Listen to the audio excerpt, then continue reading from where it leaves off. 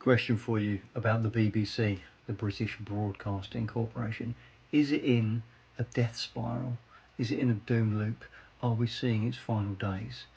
I think that the answer to that question is probably yes, certainly in its current format. I don't see it lasting in its current format, the licence fee format that everyone has to pay for beyond the end of its parliament. I think whoever wins the next election, and whenever that next election comes, it will be changed, and the BBC as we've known it for almost a century will end. What makes me say that today? Well, more and more people clearly are cancelling their licences anyway, but also just something that's come out over the last day or so. The viewing figures for BBC television over the Christmas period have come out, and they are the lowest they've ever been. Dramatically lower than ever before. I think last year they said that the Gavin and Stacey Christmas special got tens of millions of viewers, 15 million, 18 million, something like that. I think the highest programme this Christmas got about 3.5 to 4 million viewers. I couldn't be bothered to take that much notice of the exact numbers, but it's around that number, 3.5 to 4 million viewers.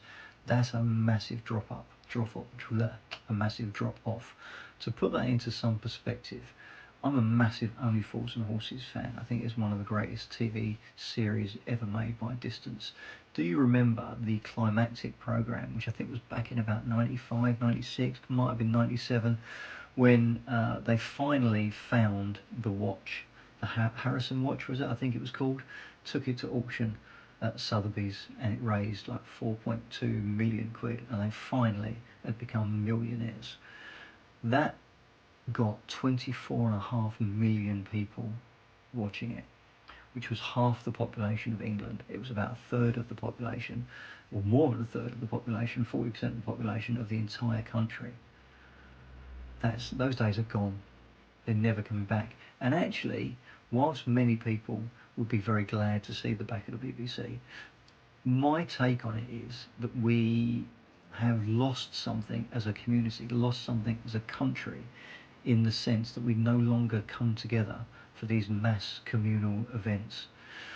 Yes, we all love Netflix and Disney and Paramount and Apple TV and YouTube and social media, etc, etc, etc. But what that has done is it's fractured the community, it's spread everyone's attention. We no longer have those great big set piece moments that 20, 25 million people all sat down together and watched. We no longer have the Christmas #1. I know there is a Christmas #1, but nobody knows what the hell it is.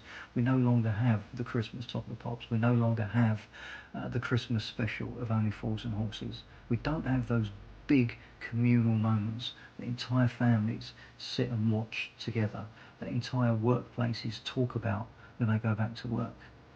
And so we don't have those shared experiences, we don't have those shared community moments. And it's one of the reasons why we've become much more divided and fractured as a community, as a country, as a people.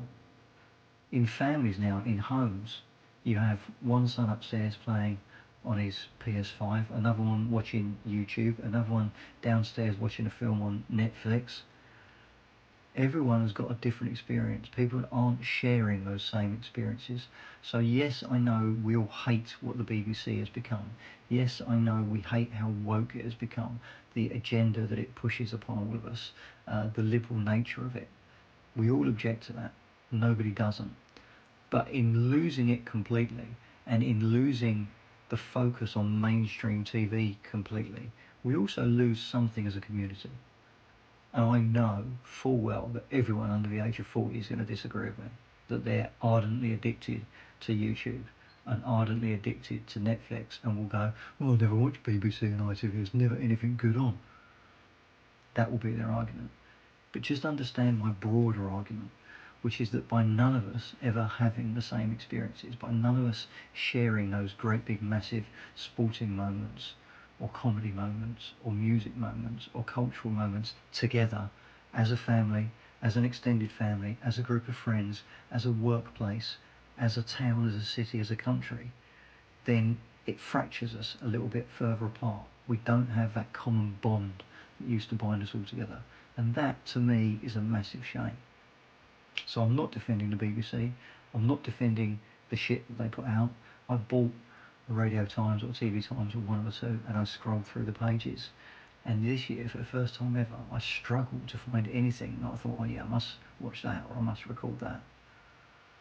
There's been a few reasonable things on, but actually you could sit on the sofa in front of mainstream TV pretty much all day and go, can't find anything to watch. And that's never been the case in the past. And that is a massive shame. And the fact that we don't share those experiences is also a shame as far as I'm concerned. I hope you understand what I'm saying here. I hope you understand the wider meaning of what I'm saying. That I'm not trying to defend those TV channels. I'm not trying to defend the content they put out.